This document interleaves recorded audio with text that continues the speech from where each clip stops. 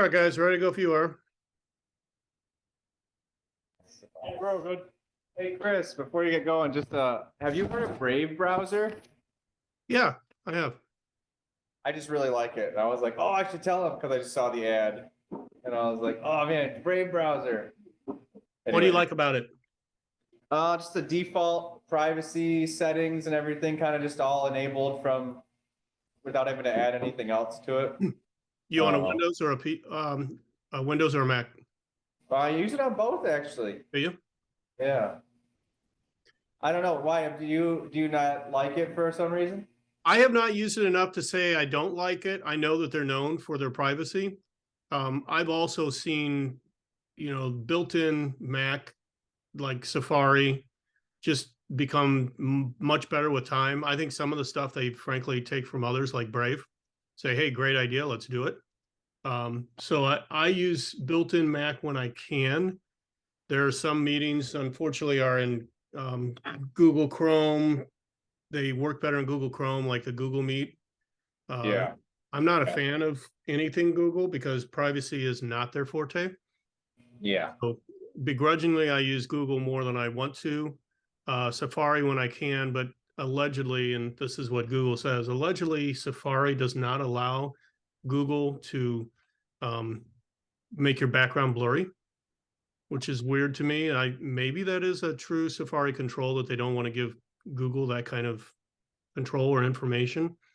But that's why I get frustrated with Google Meet is whenever I have their meetings, I can't block out my background like I can with Safari or Zoom or anything else. Interesting. Yeah, so that's one thing where I end up using Google Chrome. But I'm a fan of using people who care about privacy. Are you familiar with that kind of famous the Las Vegas convention where they had Apple's advertisement? I think I missed this one. Oh, let me find it real quick.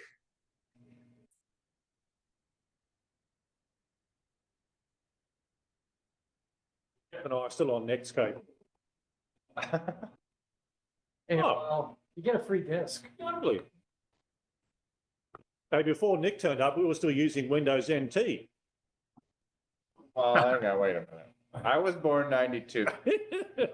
Windows 3.1 was 95.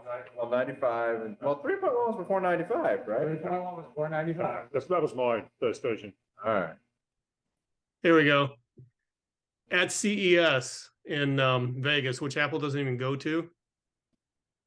And Nice. This is what I think about Apple too. They just know how to do it right. They won't even help the federal government if they want to come in and say, give us. I remember that with the those San Bernardino people, they wouldn't give them the back door. The FBI found their own way in or whatever. Yep, that's Yeah. right. So I'm a Yeah. boy, probably to my partner, Ebby, to her dismay. And we actually have a little sparring about Apple versus PC, but I am such an Apple fanboy. A lot of it has to do with they're not trying to make money off of your data or anything else. In fact, they are so sensitive to it. Everything is cloaked. Everything that goes back to goes back home is, under some kind of a non-identifying transmission. So even when I'm asking Siri, whatever, they're not going to know it's me asking, which is cool.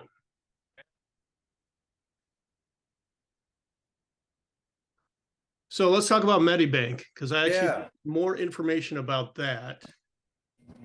And I'm recording this, but we can share it with Don, but I don't think there's a whole lot more here. I didn't record you guys doing the quiz, but most of the stuff that we needed to cover that was regulation based, we already did.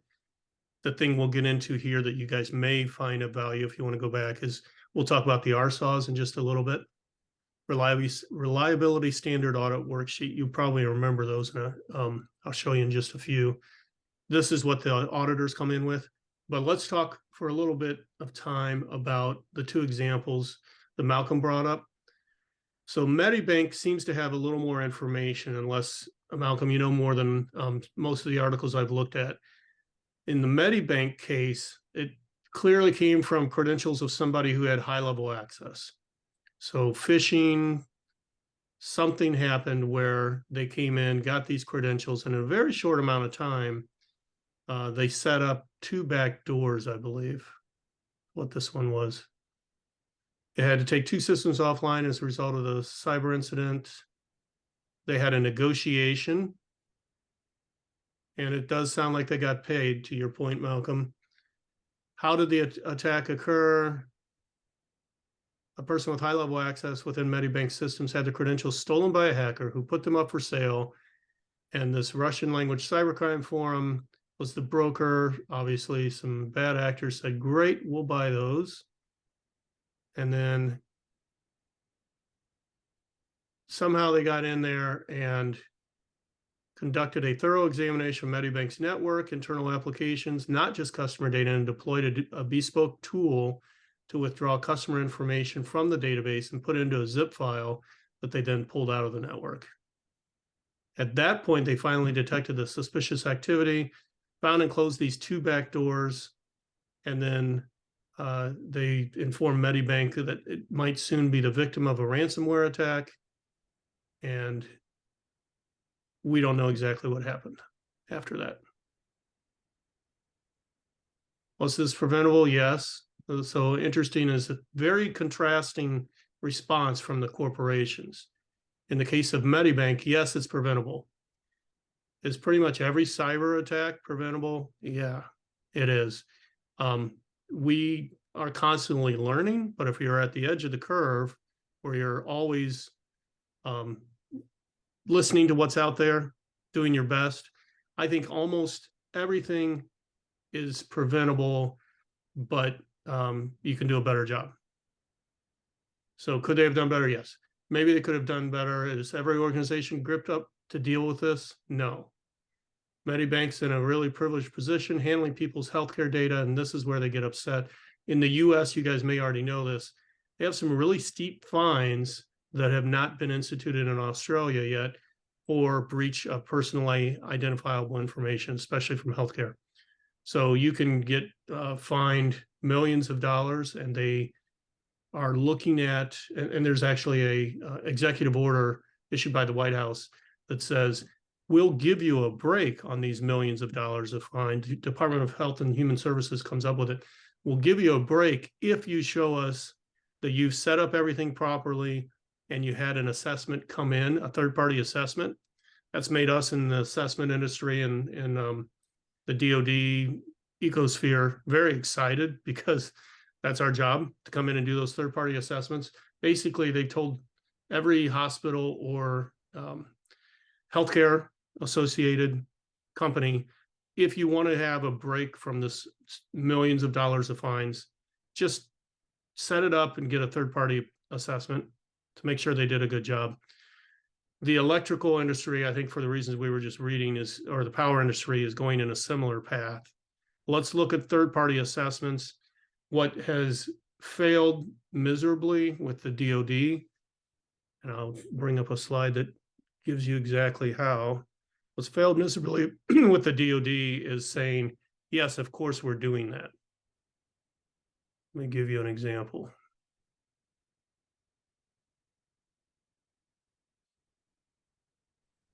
Nick, Chris, while you're doing that, so the chairperson or the CEO of AEMO, which is the Australian grid operator, she's now left. She's gone to work for Moonshot for Google. Her name was Audrey Zimmerman. She was the chairperson of NISO.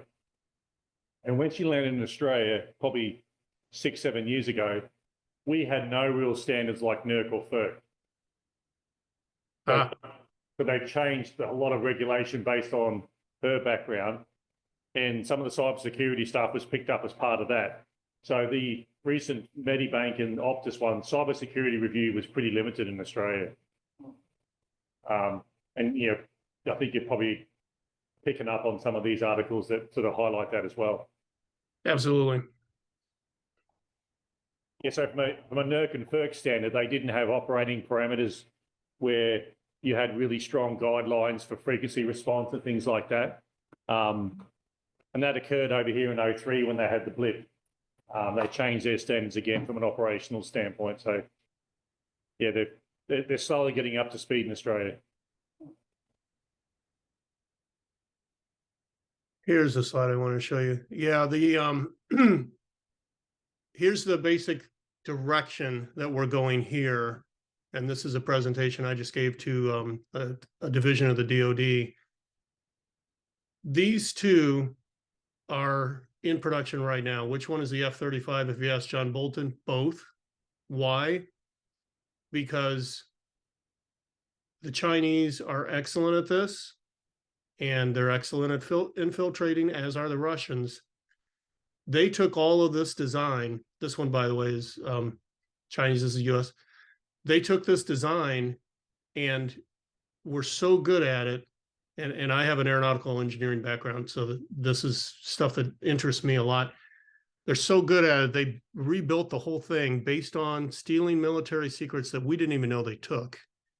The only thing they didn't learn was how to fly the thing. So the funny thing is they, for the longest time, could build this, didn't know how to fly because it's a very sophisticated process as well.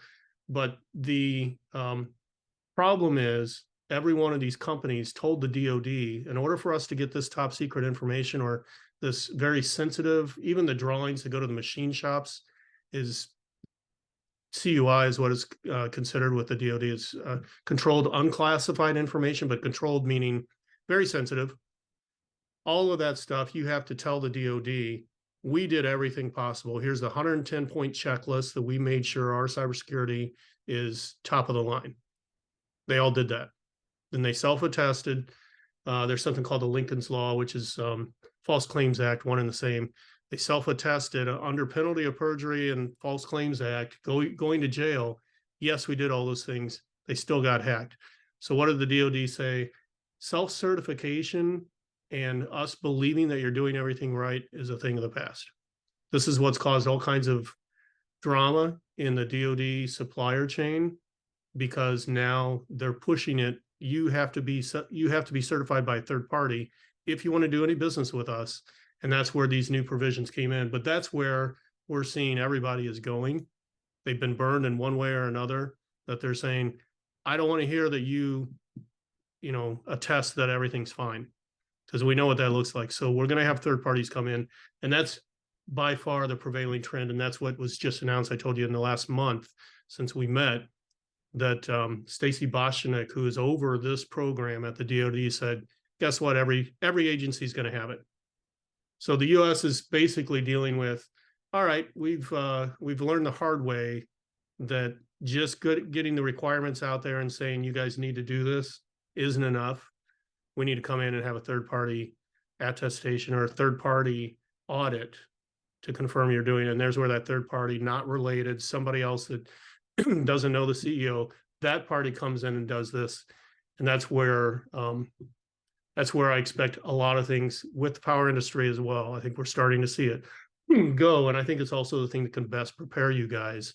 Your internal audit, absolutely. And every one of these DoD companies does that too. They'll hire somebody to help them internally prepare, but then they have a third party, hands off. We don't know anybody there. They come in and do the assessment. It's the best check you can have that, yes, we are doing the right thing, is to have a third party that knows what they're doing come in and check it. So how's that apply to you guys? That's something that I know you're not being regulated right now, but it is probably something that you want to go toward eventually, just to make sure you have double and triple thought through every scenario, is when you have somebody else come in and check you for that. And frankly, it also makes the companies get their ducks in a row better. If they know that somebody else is going to come in, and the person who's in charge of cybersecurity, whatever that title might be, says, my job's on the line. I'm going to check this double and triple times before I have somebody come in and show me up and say, you didn't think about this or this. So that third-party assessment actually makes people a little more responsible as well, which oddly was not happening with the risk of jail time under the False Claims Act. Just wasn't getting as much attraction. So that's where this is going. Back to Medibank, absolutely. I think it's interesting to see Australia, which I consider Very much a highly developed country. It's still dealing with, okay, now what do we do? And hey, should we impose something? And I'm frankly opposed to all kinds of governmental regulation, but at some point you have to figure out how to motivate the people, and fines might be the way. That's seems to be how it's going. If you say, okay, that's going to cost you $10 million for a fine, which is what we just saw with Duke, or this is going to we're going to start charging you for preventable attacks, then yeah, I think you're going to finally get some people paying attention. What did you want to talk about Medibank anymore, Malcolm? Any particular factors you wanted to go over? No, that's fine. The other one that I brought up was the Optus you brought up, and then I did a little bit of research. So in this case, Optus had a very different response, and I don't think it was taken well based on what I've read, but here's the chief executive, Kelly Bayer Rosemarin, calling it a sophisticated attack, but saying repeatedly in lots of interviews, we have strong cybersecurity. I'm angry that there are people out there that want to do this to our customers, and I'm disappointed we couldn't have prevented it. So she takes a very flip side of that coin and says, there's nothing we could have done. Again, I think all these are preventable to some extent if you just stay abreast. And that's where I think at the end of the day, we just need to pay attention and make sure we're doing everything we can, make it extremely difficult for people to get in. And then in most cases, that is preventable. So there was a user that came out and said, actually, I think it was preventable because the user published data samples on an online forum, demanded a ransom of 1 million in cryptocurrency. Company had a week to pay it, or the data would be sold off in batches. And this reporter contacted the purported hacker and said the person gave him a detailed explanation of how they stole the data. So the user contradicted Optus's claims that the breach was sophisticated, saying they pulled the data from a freely accessible software interface, all open to the internet for anyone to use. So in this case, it does look like something more could have been done. This user turned around actually and said, well, I'm sorry, deepest apology for Optus. Hope all goes well. So they had a change of heart. We don't know really why. Malcolm, I think you touched on possibly somebody paid the ransom.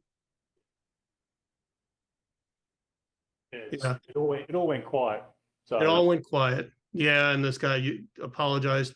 It's suspect. Optus is claiming they didn't. Company denies that they paid a ransom. But I don't know too many hackers who are apologizing and changing the course when there's $1 million or more on the line. So this is something that they said was potentially Australia's most serious breach. I can't tell, other than this article, really what happened, other than there was some public exposure, according to this guy, that made it so easy he didn't even need to authenticate.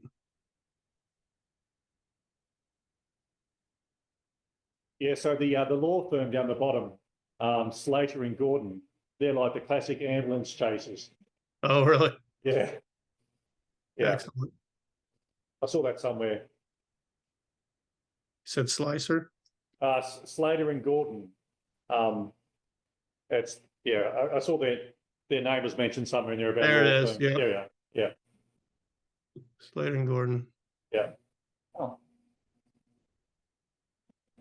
I wouldn't be surprised that it would be open to the internet because I forget one of the states, I think, one of the southern states, some journalist went on and all they did was turn on show the HTML on one of the government websites, and like a bunch of people's names and stuff were all just in the website, but not visible, but just only if they, and then they were like, we got hacked. The journalist is like, every browser has this.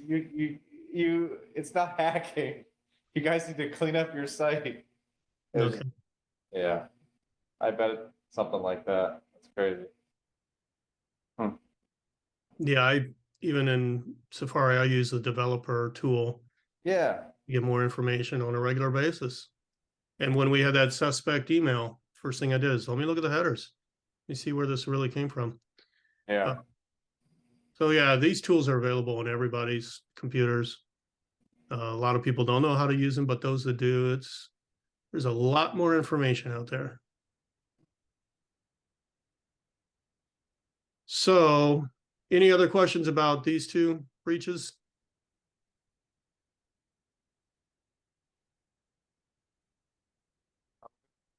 I think the world's going to have to do a lot of things differently with cybersecurity because it's not going away. Bottom line.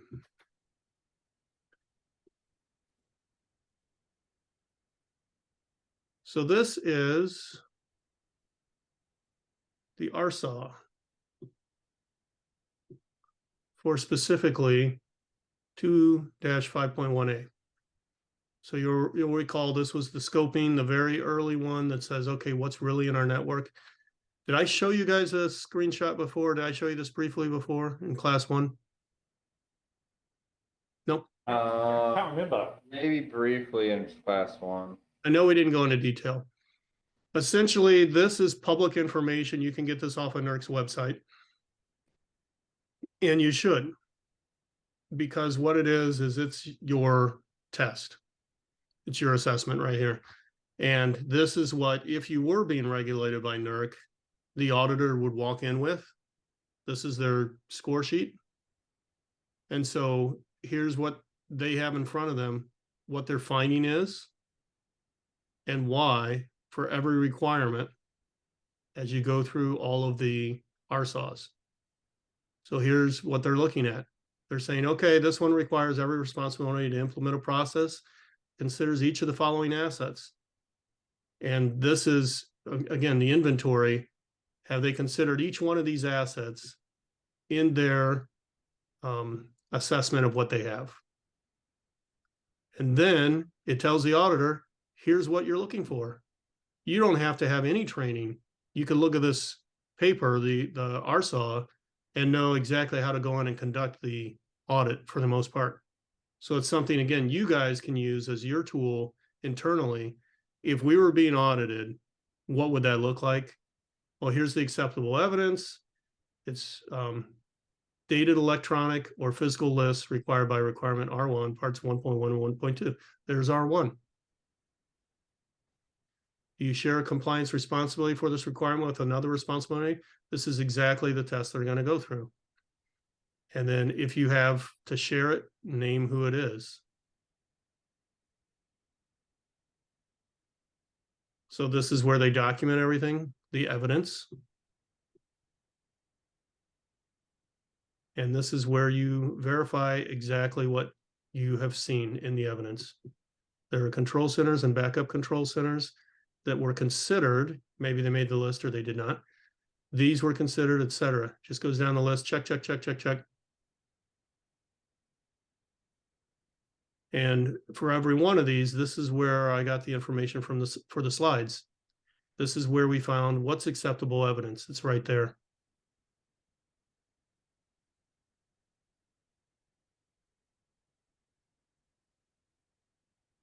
So this contemplates that the entity itself is going to tell the examiner or the assessor how they comply, and they can fill these out in advance to say, okay, I know you're coming to audit us. This is why we reply. But it doesn't matter. The person who's auditing still needs to see their own evidence that it's being implemented. And that's when they look to this.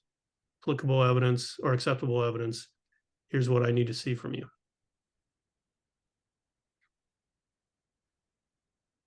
So here they're looking for requirement 2.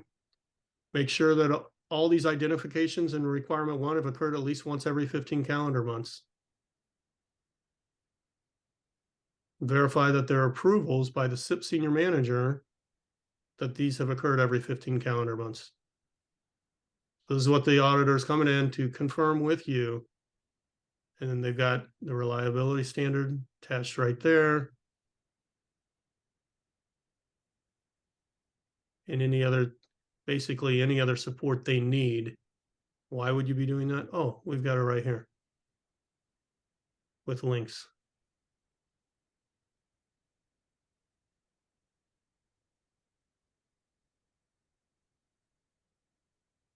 Definitions.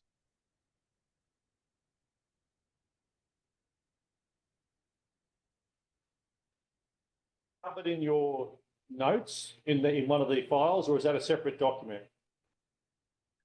This one. Yeah. So what I've done is I've taken the highlights, which would include the methodology, what is acceptable evidence. Those are in all the slides. Every one of these appears in the slides.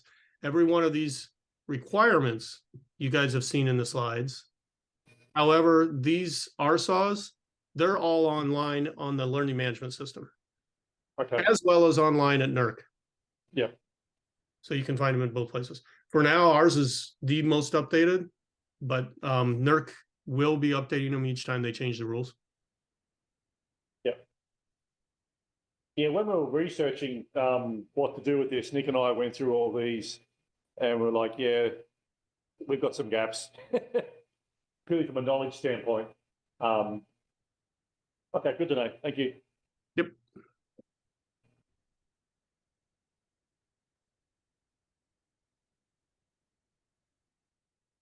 We'll even tell you how many times it's been revised, some of the reasons why. Okay, that's RSAW for first rule.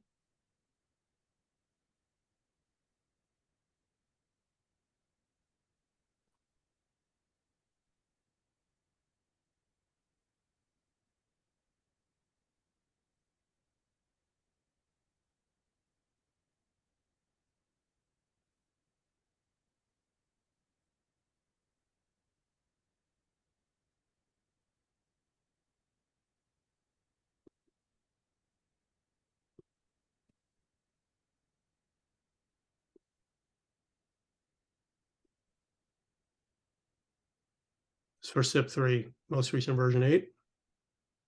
Oh yeah, I didn't mention up at the top, this tells you to whom it applies.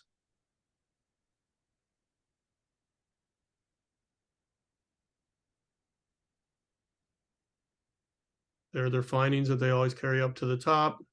Here are the SMEs, the subject matter experts that I interviewed or I cited in here. And then here's exactly the requirements. Requirement 1, review and obtain CIP manager approval at least once every 15 calendar months for one or more documented cybersecurity policies. And this is everyone, this is for high and medium impact.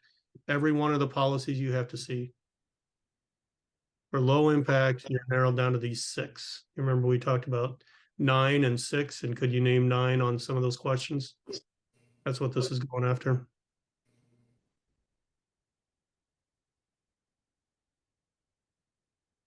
Green is how the company itself or the registered entity responds.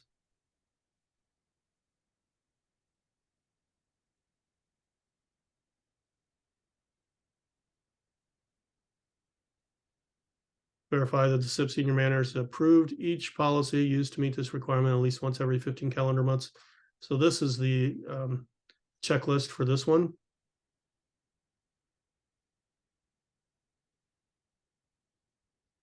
And then here's your evidence for requirement 2. Should include each of the following, each of the document cybersecurity plans that collectively include each of the sections in attachment 1 and additional evidence to demonstrate the implementation of the cybersecurity plan.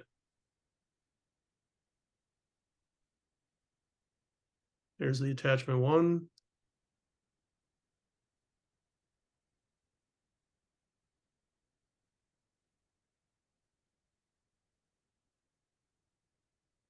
It gets down to the detail too. So you know exactly, again, this is a great thing to study. The entity has achieved security objective of permitting only necessary inbound and outbound access to its low impact cyber systems. verify that it's implemented its plan to control electronic access. So these are the kind of details you'll be graded on.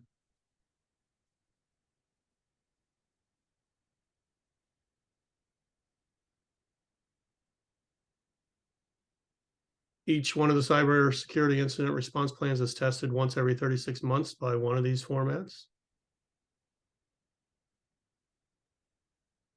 And then here's your 180 days. You have to update the cybersecurity incident response plan.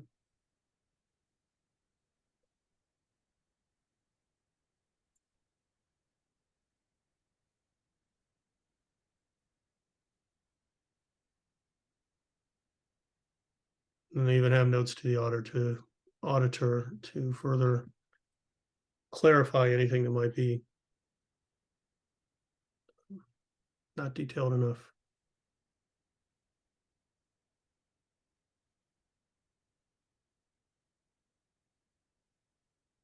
This is good stuff, and this is exactly the kind of thing we end up doing. When you are coming in as the assessor, here's what the responsible entity must be doing. It must identify the electronic access controls used to effectively control access to and from the cyber system. So they can't just tell you in an interview, they actually have to identify the controls, electronic access controls that are being used. That's the kind of evidence they're going to be looking for. There's a regulation with the DoD that you can get evidence in 3 different ways, preferably 2 out of the 3. The 3 ways that they're doing that, and that applies to assessors in general in this area. It's you're either going to interview, you're going to examine, or you're going to test. So you can interview the person who's in charge of documents or the person who's in charge of security with your system, if they are the ones who are directly responsible for configuring it. That's the person you want to interview, but that's not enough. You also need to be able to go in and either test it or examine it in some way that is happening that way. So interview, examine, and test. Examine means being able to visually verify the control or visually verify yourself that something has been done. Test is, let me try to log in 6 times and see if your 5 times is triggered. If I log in with the wrong password on that 6th time, I want to see something happen. That's an effective test. They will do that. That's not outside the bounds of what an assessment looks like.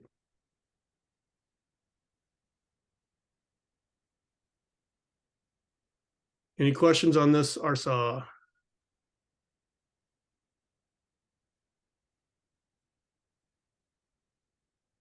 Chris, I'm just on your resource page. I'm trying to find where they're located. So I'm in the course. Is it under like reliability standards or under the course workbook, or sorry to put you on the spot? That's okay. I think I'm in the right class, right? Yep. I have them. Uh-oh. Yeah, that's what I'm getting as well. Oh, you know what? I'm not logged in. Okay. Oh, maybe I'm. No, I'm logged in. I'm getting them too. Yeah. Under reliability standards, you're getting the same error? Yeah, that's what I'm getting as well. You know what? I have a suspicion it's related to what we're doing on the background. We're literally flipping our web page over to a new site today. I wonder if we broke something. Okay. No worries, that's all right. I thought that's where it would be because yeah. Thanks for checking. Yeah, the only way I can open up is a course workbook. The rest of it's dead. That's our fault then. We're in the process of flipping the switch, and I bet that broke some things. So I will fix that and let you guys know when it's fixed. It'll be before the next class, probably by tomorrow. Yeah, no, that's great. That's just for our own reference, that's all. Thank you. Yeah, my apologies. Yeah, it'll be there. And it should be underneath those resource downloads. You're in the right place. Yeah, thank you.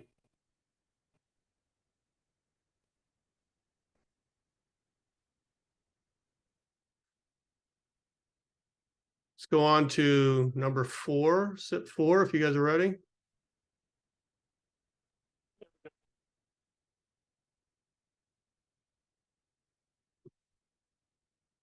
Just going to touch on the high points.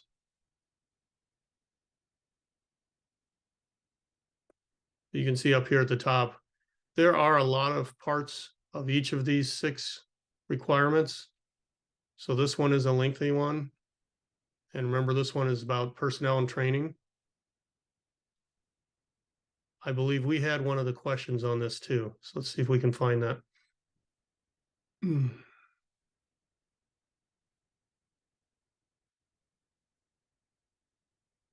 Okay, so that's documentation.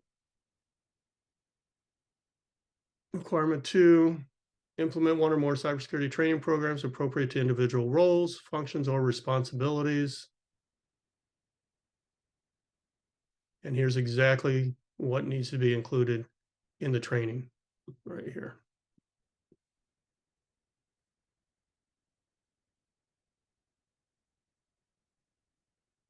So this is, I think, the perfect menu for you guys to decide what your next training courses need to look like. Sounds like it's been a while. I would turn to SIP 4 right here and say, here's what the industry standard is. And then you need to document them. Make sure you have training material. These are things that we do too. We can help you with that.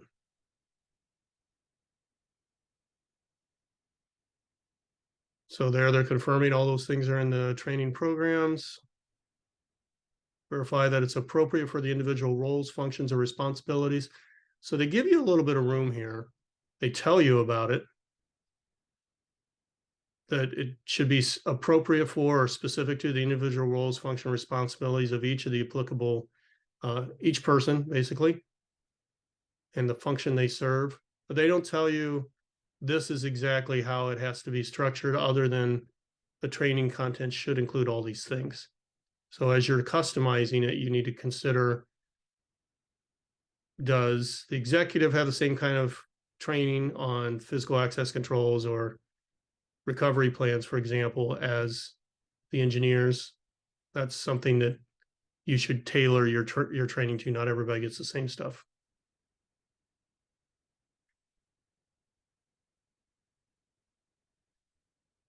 Collectively must include all 9 training elements. What does that mean? Not everybody has to sit for all 9. But you can see where some of these get divided up. And one of the reasons they don't make it every organization has to train this category with these 5 things is because they're not always the same. Your executives might be performing some roles, or a certain team might be performing some roles that another entity may not have structured in the same way. But importantly, if you have a role or a function, you need to receive training on what's appropriate for your role or function.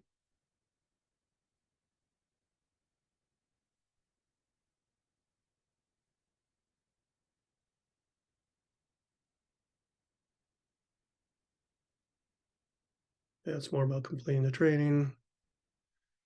Verify that all personnel completed the training now that it's been offered. Make sure it's completed prior to being granted authorized electronic access or authorized unescorted physical access. So not only do you have it in place, but before they even get the keys, they have to have gone through it.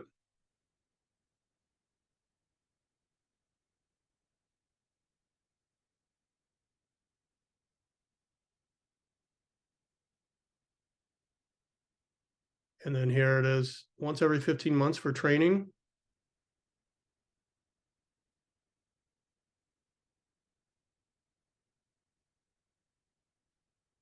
And there you're verifying those with authorized electronic access or authorized unescorted physical access complete the training specified in part 2.1 once every 15 months.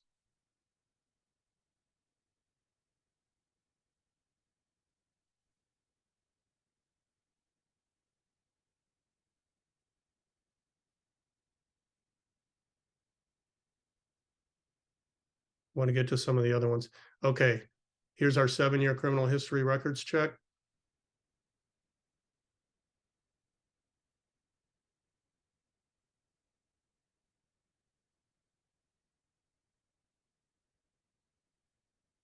This is exactly what they want to see in it.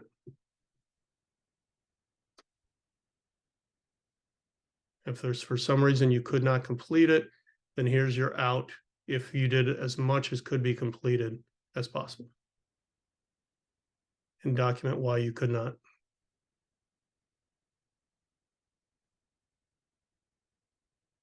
What's your process to make sure you conduct this criminal history record check prior to prior to authorizing access? Make sure that's documented.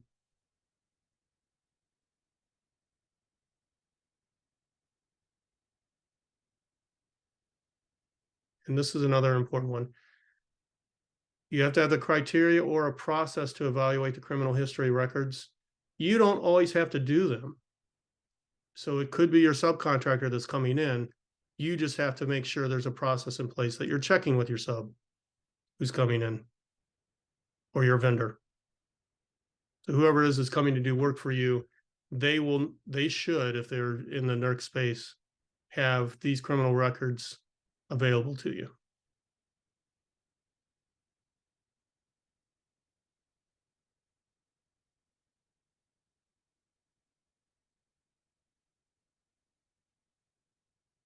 See if there's anything else worth pointing out.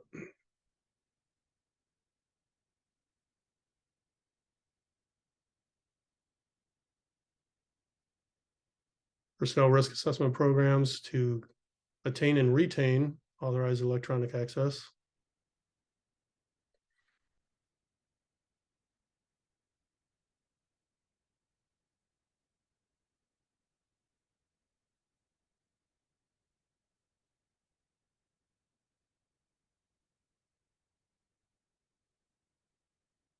Again, access management.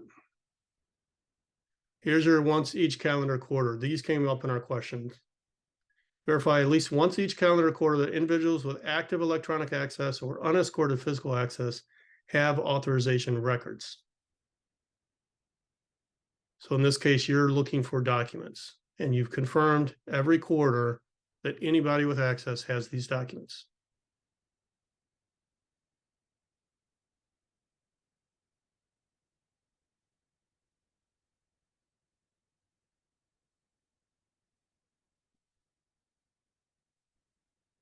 Now, once every 15 calendar months again, all user accounts, user account groups, or user role categories and their associated privileges are correct and are those that the responsible entity determines are necessary.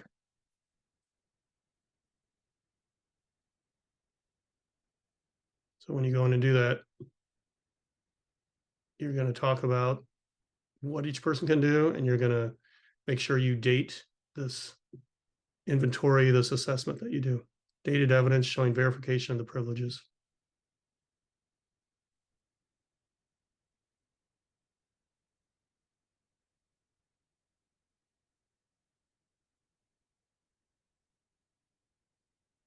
Here's our 24 hours versus 1 day.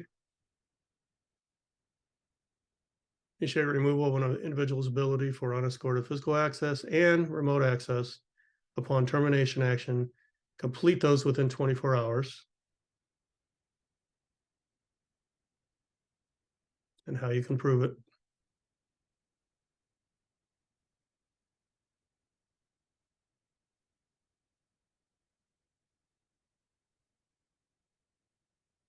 This one, slightly different. You're to revoke when the responsibility determines it's not necessary by the end of the next calendar day following the date that the responsibility determines that person no longer requires retention of that access. Slightly different. There's where the next calendar day is instead of 24 hours. Again, instead of trying to memorize all these timeframes, it's nice to rely on a system. But that's where the 1 day comes from.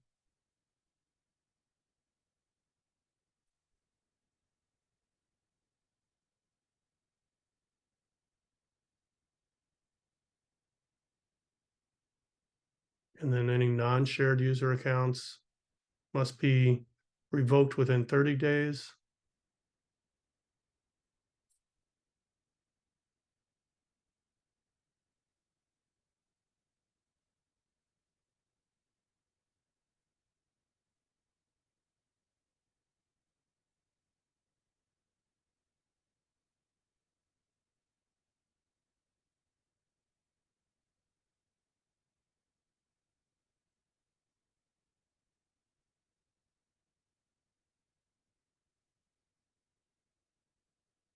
See if there's anything else.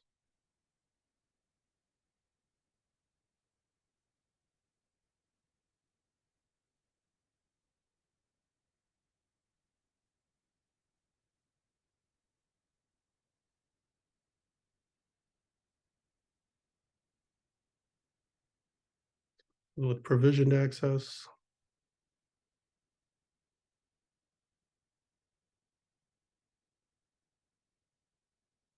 End of next calendar day. That's it.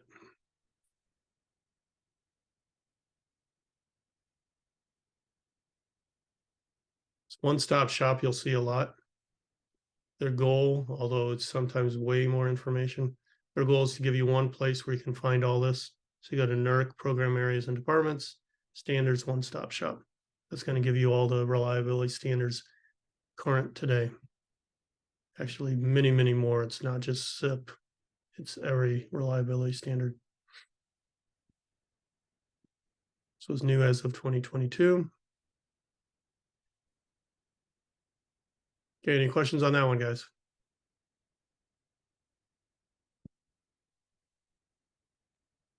None from me.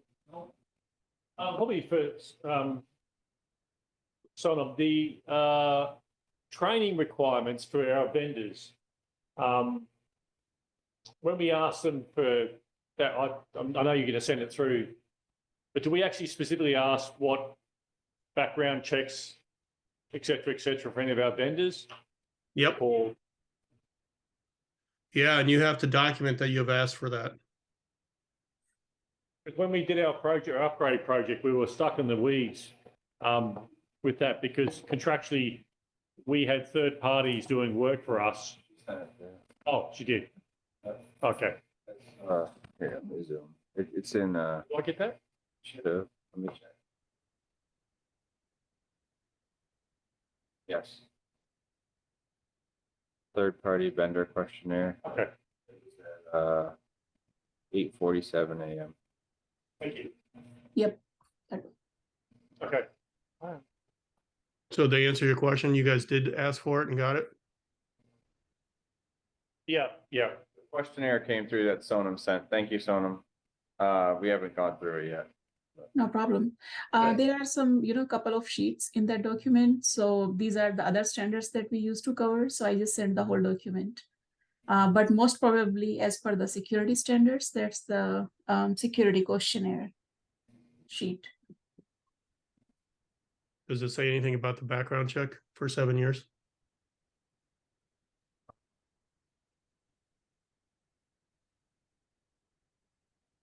Need to check.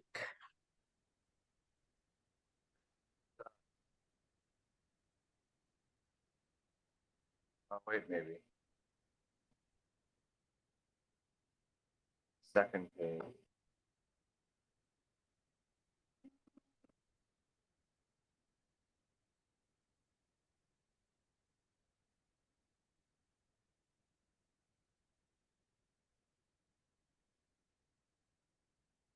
So it is for anybody who has authorized unescorted physical access, just to make sure we're talking about the same scenario. If your vendors are coming in and they're being escorted, that's different. But I don't think you guys said that. I think they're being unescorted, right? Yeah. So you turn up to site, you do the site induction, the right to know, and then, dare I say, 45 minutes later, you're good to go. Right.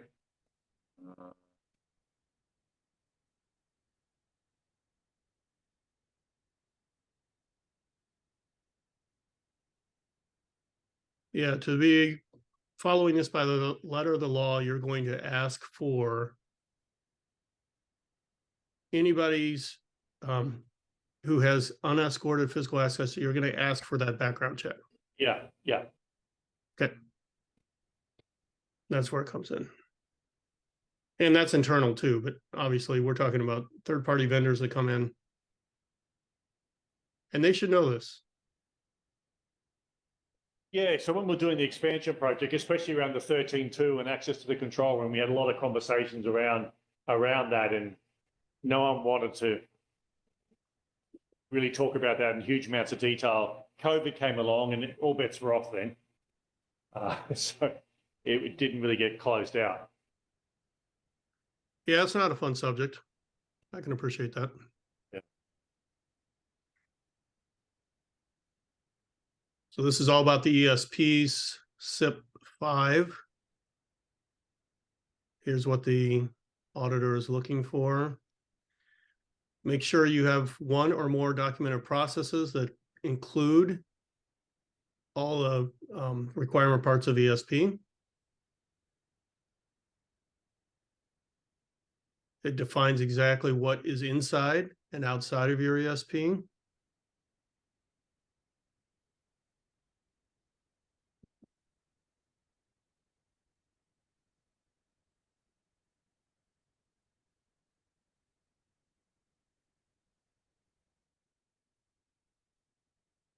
All of these ESPs must be routed or must have a routing through an identified electronic access point. We had that in one of our questions too. So some way to control external communications. You said you've turned that off though, right? You guys don't allow remote? Not That's for everybody? Nobody can remote in. Not for the, body. not for the DCS. So years ago, I think we could. Yep, when it was Yeah. first installed. The only thing we got that's Safest remote way. is Aspen. Yeah. It doesn't really remote ends, but it's separate. It's so- data logging. Yeah, There's a pretty big gap there. Yeah, yeah, firewall. That's the safest way, I think. Yeah. So then this wouldn't even apply. You don't have any external routable connectivity. You don't turn it on for anybody. Not for our controls. Good.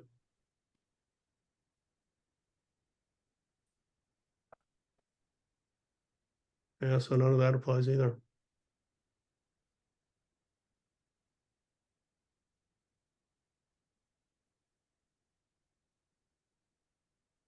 Good. It's a good way to get rid of that rule. Yeah.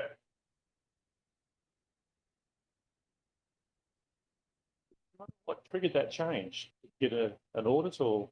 like, Oh. Good old rule. don't run. What triggered it? I didn't hear that. What about our maintenance superintendent? He's retiring at the end of the month. When he came in, he came from Kellogg's and I can't remember where else he worked before, but yeah, he came in and went, yeah, this isn't good. That needs to go.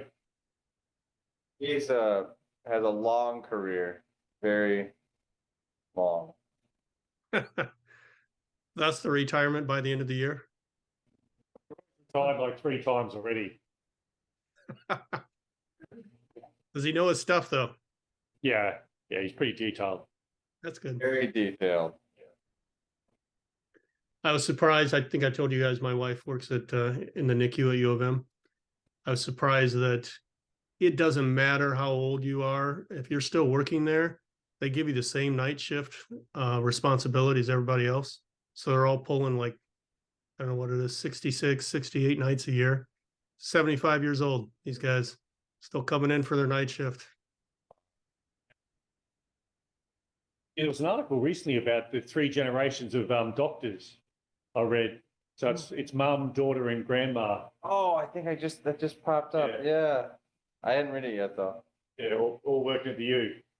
Oh, really? All doctors. Yeah. Oh, I'll have to check that out. That's Yeah, a it's cool pretty story. It's a cool story, yeah. Is grandma an Australian thing? Could be. British? What'd you say, grandma? Grandma. Yeah. It sounds like maybe British. I don't know. My granddaughter just started calling my wife grandma. Yeah. It wasn't grandma, grandma. Huh. You guys say mom over there? It's cartoon. Oh, Now, Jeff's She picked it up. Jeff's challenging my I'm not. my use of English. Bluey. Yeah. Louis? Of course. Louis Australian, right? Yeah. Australian Shepherd. Yeah. So So Chris, I've been around a bit, so sometimes when I speak, it gets lost in translation because I'm throwing in some Australian slang, some British slang, some Midwestern slang, What's and the one that throwing the toys out of the pram? Yeah. That was like someone got lost when you started talking about that. Like, what's the pram? Why are the toys in there? yeah, Nick always throws his toys out of the pram. I don't know what that means either, Nick. Got nothing. Parameters? So I wonder if it's an old fashioned term, like my son likes to read Beatrix Potter. Perambulator, they call the little stroller. Yeah. Oh, a stroller. Yeah. But Yep. maybe pram might be short for that, I Yeah. think. So it's like a little stroller, right? Throwing toys out of the pram, anyway. Not with the people I've been hanging around. Never heard that term before. And the other one on the weekend was playing for sheep stations. Yeah, basically, you'd have to take it that serious. Yeah. Oh, If okay. you're playing a game or something, you'd have to be that competitive. You're not Oh. playing for sheep That's for- stations, basically that's- a cattle ranch. Okay. So it's like Send it touch one for me, football. Yeah, anyhow, we digressed. ESPs, did we ever go through this? No. Why do I feel like we did? 5.7. Did we go through ESPs? Find ESP.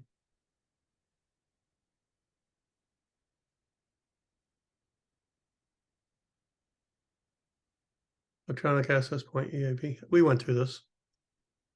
All right. 6.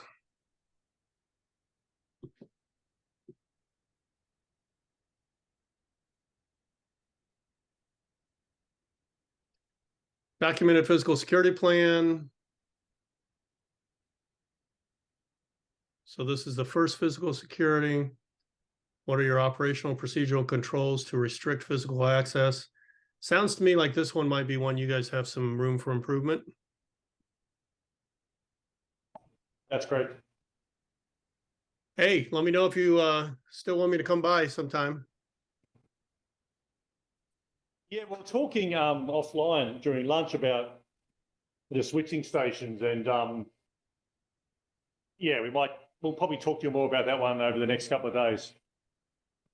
I've got my session tomorrow with Brian, my director, and I think it's a conversation we need to have in regards to, dare I say, a fresh set of eyes to put a different perspective on some of the perceived security risks. Cool. Yeah. Anyhow, more to Yeah, come. put me to work when I come around. Yeah. Have me look at some things that are in contention. Happy to do that. Yeah, you can come by for a tour too. Sure. It's always open. The door's always open, so I just show up. Exactly, yeah. Door's propped open. Yeah. You should be careful of our security guard. If you come on a Monday, Tuesday, Thursday, Friday, he's a bit unusual. He bites. But Wednesdays are good. Yeah, Wednesdays, come Wednesdays. Good to know. No, we talk to him face to face like this, so it's not like we're telling tales. Yeah, Rocky is his name. Oh boy, with a name He's like fun. Rocky. That's awesome. All right, here's one that you guys may need to work on. When we're technically feasible, utilize 2 or more different physical access controls. So we talked about those. Might be looking at a badge, might be looking at security guard. I can say this because Don's not on the call, but Northside, what I think you told me was they just have a key and pretty much everybody has a key. Yeah. Yeah. Yeah, it's not great.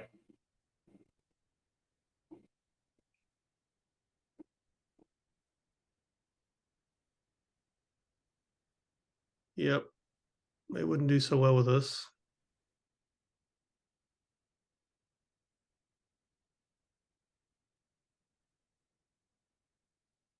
Issue an alarm or alert in response to detected unauthorized access through a physical access point. You'd be having a few alarms. Yeah. Here's your 15 minutes of detection.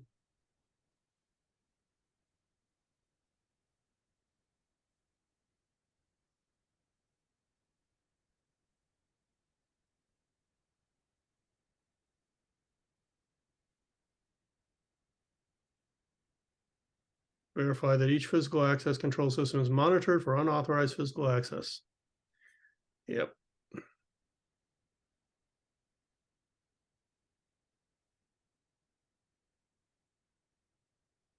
I don't know if you guys are doing this, log entry of each individual with authorized and unescorted physical access. Yeah, so we have a site sign-in sheet. Okay. And once someone's been through our training, they're on the database to access the building without being personally escorted. So we have that. The Okay, issue is how long does it say about the duration you need to keep the logs? Yeah. 90 days. Okay, okay. So badge reads might be kept for a while, Yeah. but that's different than sign-in sheet. Yeah.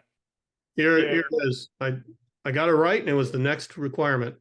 Okay. Obtain physical access logs of entry into each physical security perimeter for at least 90 calendar days.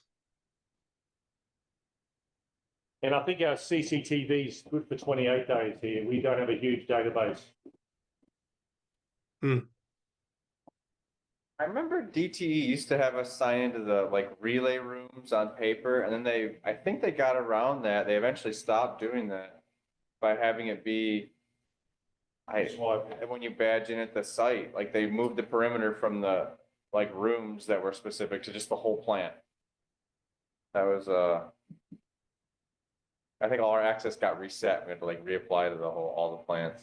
Anyway, sorry. I was yeah, That might be safer. I'm not sure. It might. Does that mean everybody could access the super sensitive area? I'm not sure if they only turned it on for certain badges. Honestly, Depends on how they configured it. yeah, I think it was only certain badges because yeah, if you had a like electrical focused job, you could have it added to your badge, but if not, then they wouldn't. I don't know. I just remember we didn't have to do the paper log anymore for entering the room, which seemed interesting because I remember it being explained just like you explained it. Got to keep it for 90 days, got to be physical. It's a NERC thing. Okay. Yeah, well, if they got the badge, they have your identity, and I'm sure they retain that for a long time. Yeah. There's your log. It just isn't paper. Yeah. Yeah, I'm not quite sure how often it Yeah. That might be a question. electronically anyway. Yeah. Yeah, included in the training should be, if somebody badges in, you don't hold the door for the next guy. That kind of stuff. Yeah. That happens. That happens a lot. We want to be nice. Right. This is all about the visitor control program.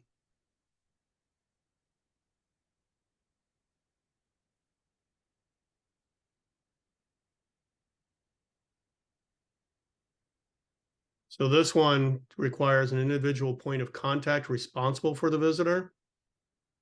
Again, I don't think you guys are doing that, but at some point.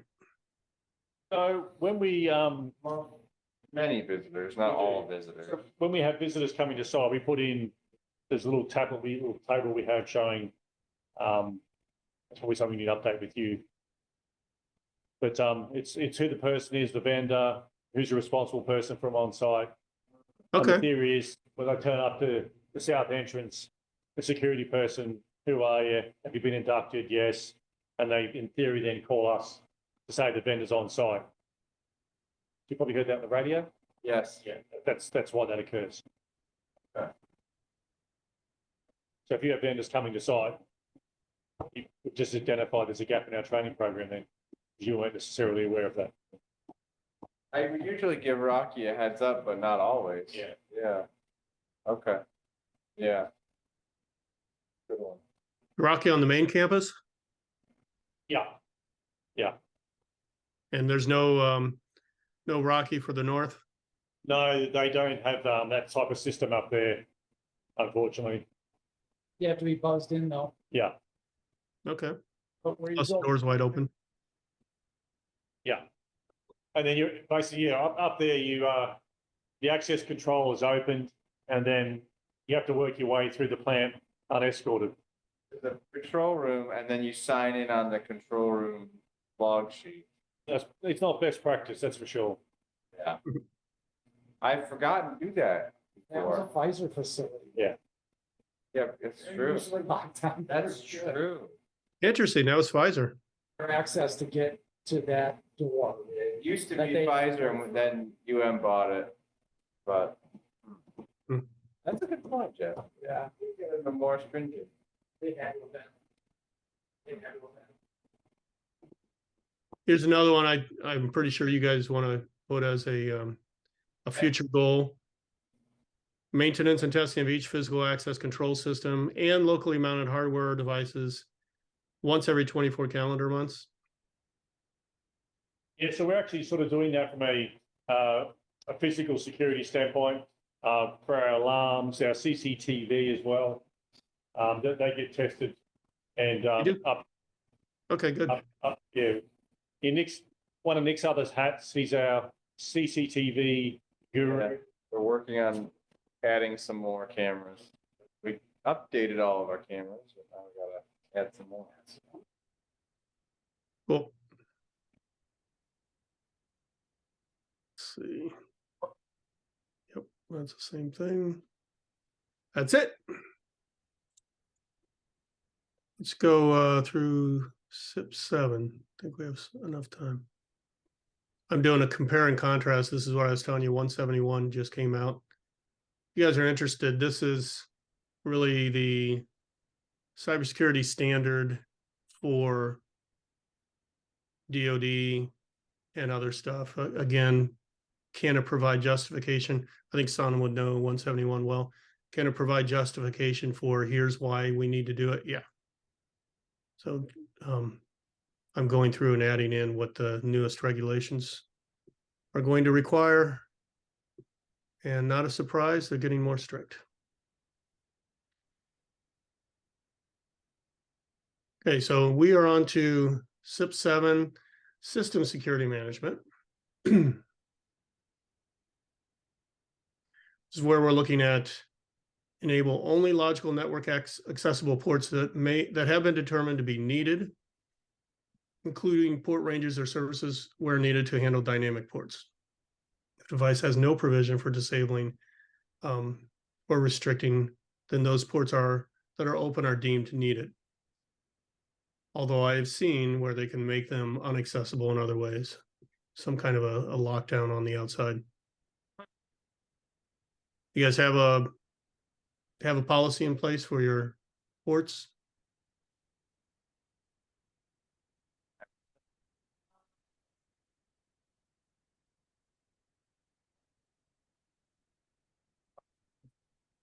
I can't hear you, Jeff, by the way. I don't know if that came up in the last audit, but we do not. Do not have a policy? No. We rely on the manufacturer. Okay. That's a start. But that's probably something you want to look at. That being one of the more infamous ways for data to walk out the door. Just having some kind of a port where they can easily access it.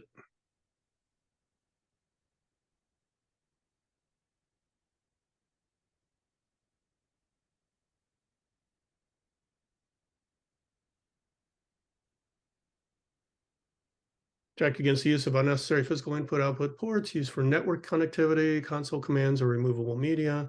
Again, USB ports, those are all very popular ways to bring in a virus or to take data out the door.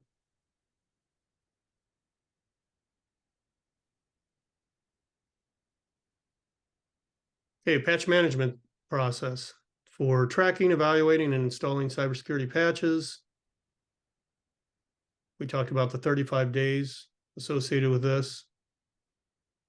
But you need to be able to identify, I have patches, should be able to test those first, and then roll them out within 35 days.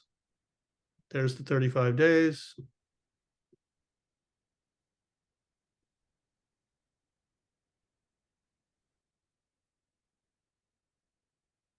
In the case of your patches, do you guys allow the vendors to come in for that, or is that handled on site by you? On site by us.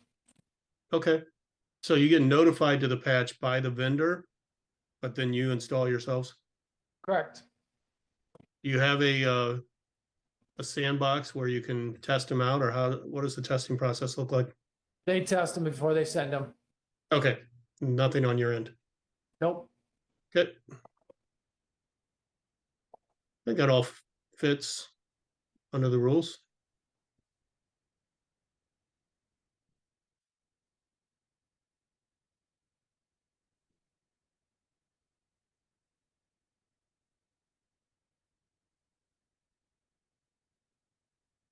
So you, mitigation plans.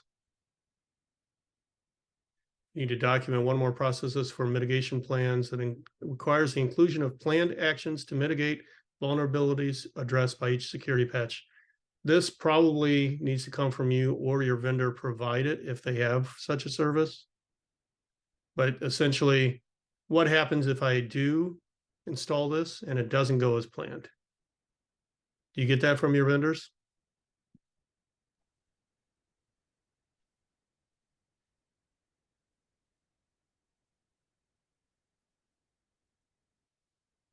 Not on security updates, patching, yeah, hot fixes, right? Okay. So they give you instructions of what to do if it doesn't go as Yep. planned. Yes. Good. That's good. Or is that part of the download? Okay.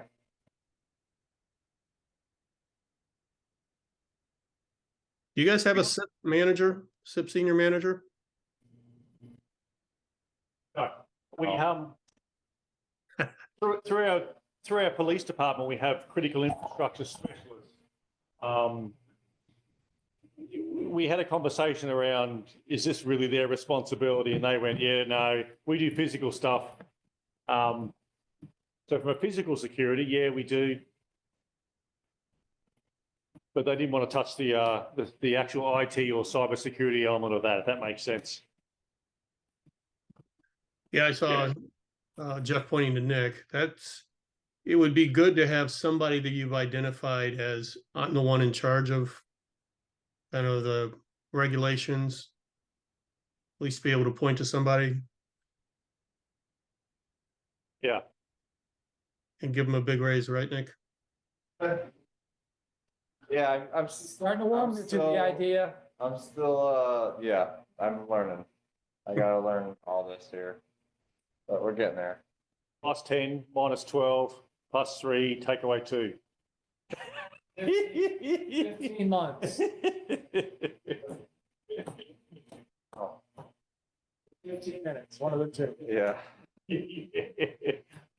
yeah, I can do, Not 15%. right. And I think Sonam said you guys have a method to detect or prevent malicious code running at all times. Protection. Yep. Yeah. So, yeah, our DCS stuff is gonna be different than,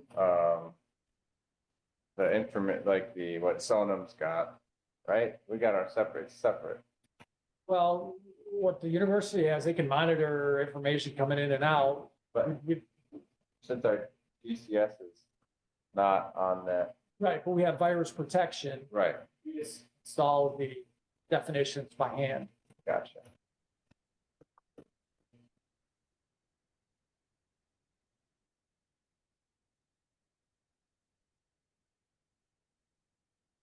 Again.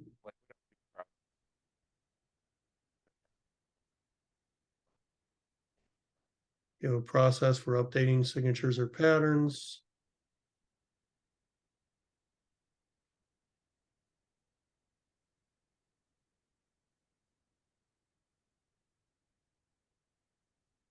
Yeah, I don't know if you're logging your events so that you can determine if anything happens. Is that something that's in place right now? So this is going after, okay, we had some kind of an event. It's a cybersecurity incident. We detected the login attempts. We detected failed access attempts, or we detected malicious code. Does all that get tracked right now? Windows does, not 100% sure on the third one, detect malicious code. I don't think we're doing a separate tracking. Definitely not a separate track, Like, at all. we don't have a log we're keeping or anything like that. But whatever the software So, is what we've got. What were we gonna say, Sonam?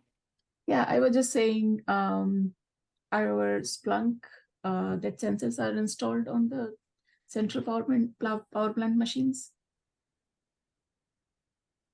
That's the tool named Splunk. That's Splunk. our, yeah, centralized, that log management solution.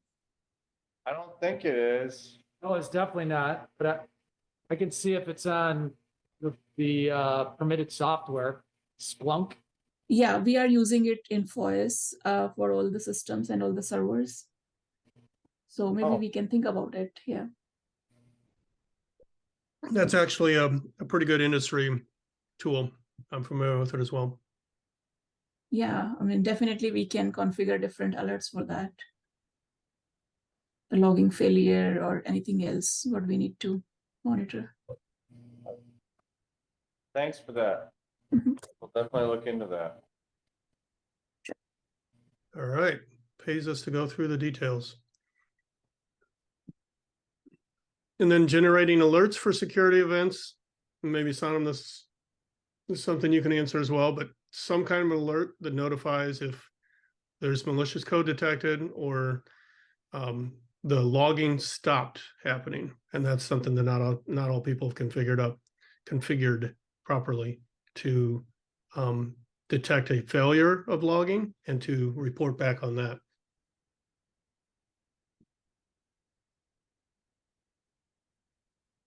You know, Sonam, if that's something being done? Yeah, I was just thinking about the malicious code part. Um, so is it something related to the, any web applications or anything malicious kind of software or? Yeah, it's basically a persistent monitoring to see if there's any malicious code at any point that may have been downloaded by a user, for example, Mhm. clicked on the wrong link. Yeah, because the malicious thing we have CrowdStrike in place, but for Right. specifically for application or code, I mean, it depends on the site because for something we have a word fence and there is on-demand penetration testing, what we do regularly, but not like continuous monitoring of the applications or anything. What about event logging? Are you watching to see if that gets interrupted? So I'm not sure if that can be done in the event logging thing. That's why I just wanted to know what exactly it's about the malicious code. Okay. Because logging is a different part, right? I mean, it could be your Windows security event or. Right. And to take this to another level, Yeah. the recommendation for industry best practice is to not only log, but have the Mhm. person who reviews the logs be completely separate so that internally you don't have the chance that somebody who is doing something nefarious removes it from the logs so that they can't be tracked. So that's where the industry is going, although it's not required by the CIP rules right now, is not only to track, but then have a separate entity that is reviewing the logging just to make sure nothing Mhm. crazy is happening. Yeah, that's in one of our listed, policy and procedure, the regular What is? one. That if any, the logs, what are there, if any alteration of the logs, or verifying, okay, logs are not being as it is in the form, or kind of logging tracking. But exactly what IA is doing with that, I'm not sure about this part, because I just have access for the events and Splunk dashboards and different events. Good. Okay. Yeah, it's something that we probably want to look into at some point, guys. It's Mhm. just confirming that the logging has some kind of report feature. Hey, it's not happening.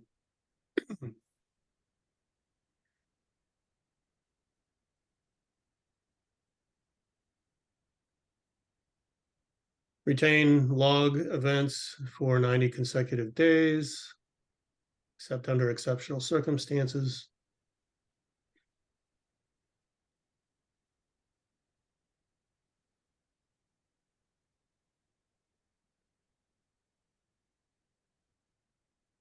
So a responsibility documents one or more processes to review a summarization or sampling of logged events at intervals no greater than 15 calendar days. This is the one that I said is in the industry, the best practice is to have a separate entity, not the same person, review those logs.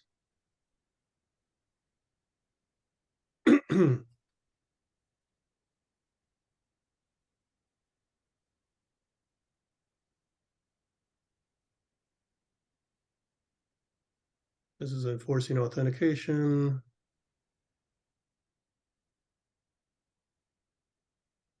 It's not going to apply to you guys. So there's no working at home for you guys, huh? Sounds like it's pretty much impossible to get your job done from home. Unfortunately for, Yeah, mine is. yeah. Yeah, Some of the admin team, some of the, I know, I don't know how many of your teams, some of them are remote or hybrid, but for the people in the plant, we're mostly in person. For us, it's like 2 days in person, so it's hybrid. You guys can log in remotely, Sonam, right? Yeah. Yeah, it's a little different. So basically, we use VPN for that. Okay. You know, if so it's our data historian can be accessed via the VPN. That's about it.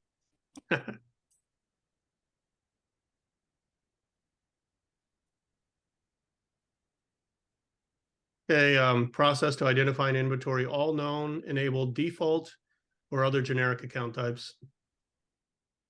So I assume, and if it's not a practice, you guys should get there.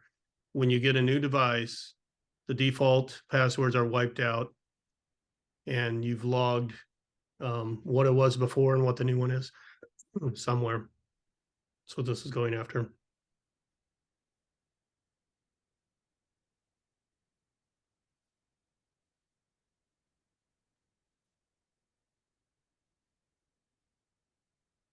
Be able to identify who has authorized access to shared accounts.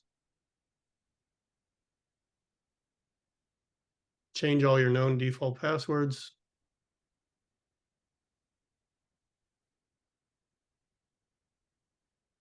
And here's your password rules.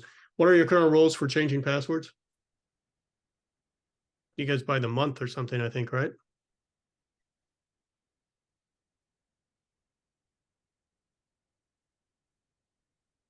We have, I thought during the last audit at NCRC, we structured around 12 months. Yeah, I'm pretty sure that was an outcome. I'm not making that up. I've only been here 6 months, so I never had to change mine. Oh, no, sorry, UN1. Yeah, no, you don't. Oh. Yeah. I didn't know that. I don't even know if we have character. Sorry. Yeah, sorry. I thought my head was around DCS. No, I haven't changed mine. And the whole idea is you have the dual authentications. Oh, duo, multi-factor. Yeah. You guys do the duo. Yeah. Yeah. Yeah. Good old Ann Arbor company. It's like, well, they're now Oracle now, aren't they? So, Yes. So. yeah. Well, that actually technically meets it because you aren't doing password only authentication. you're doing multi-factor.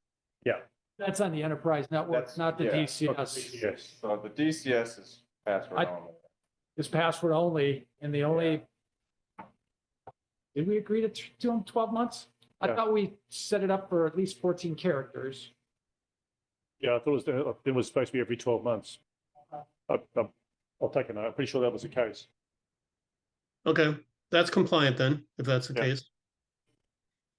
And you've got these 3 or more different types of characters? That's what you need to do with the password only.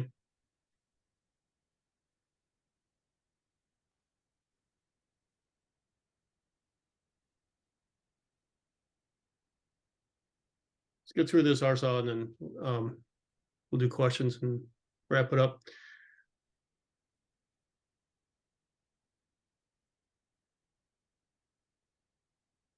So enforce the password changes at least once every 15 calendar months. That's what you're going to check on, Malcolm, right? Yeah, I'm pretty sure it was 12 we came to. Okay. And here's another thing to check for that system is if you limit the number of unsuccessful authentication attempts. And after a certain number, let's say 5, kind of an industry standard, that it generates an alert that I've hit 5 unsuccessful authentication attempts on this system.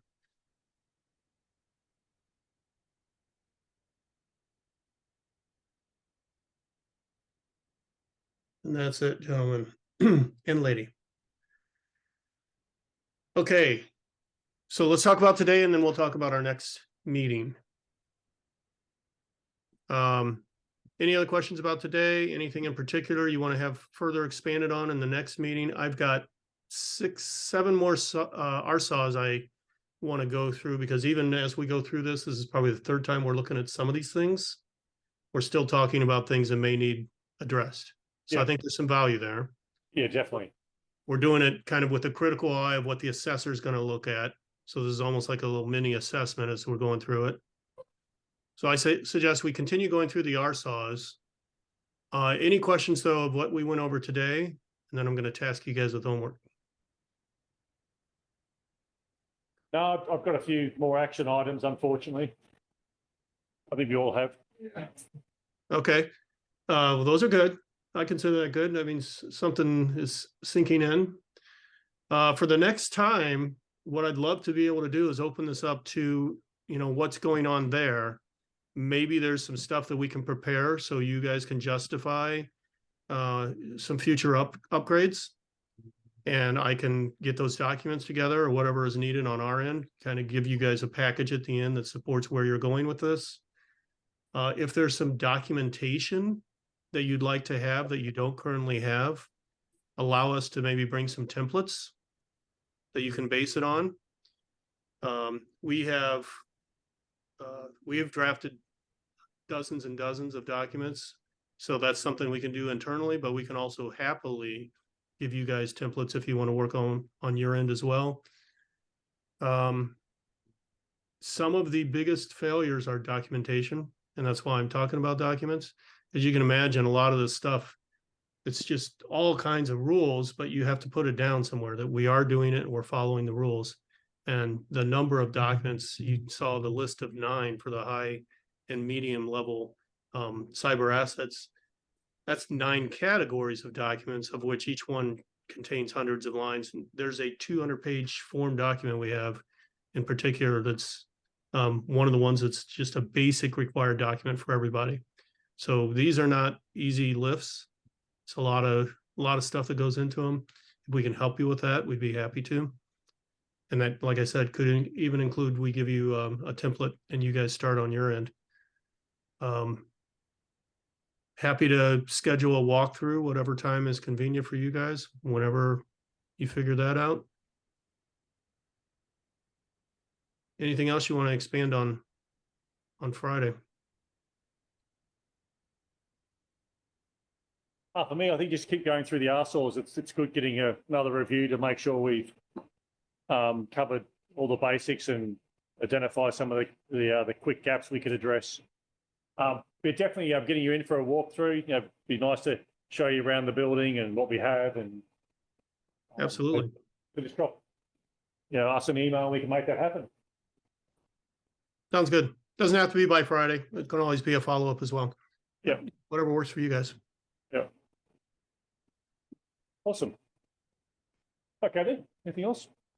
We'll just do some talking amongst ourselves and look through our stuff, see if we can come up with anything good to talk about for Friday on our end. Sounds good. Thanks, It's open Chris. to you guys. Thanks, Chris. All right. Good night. Good night. So, Thank you. Thanks, guys. See you. Yeah.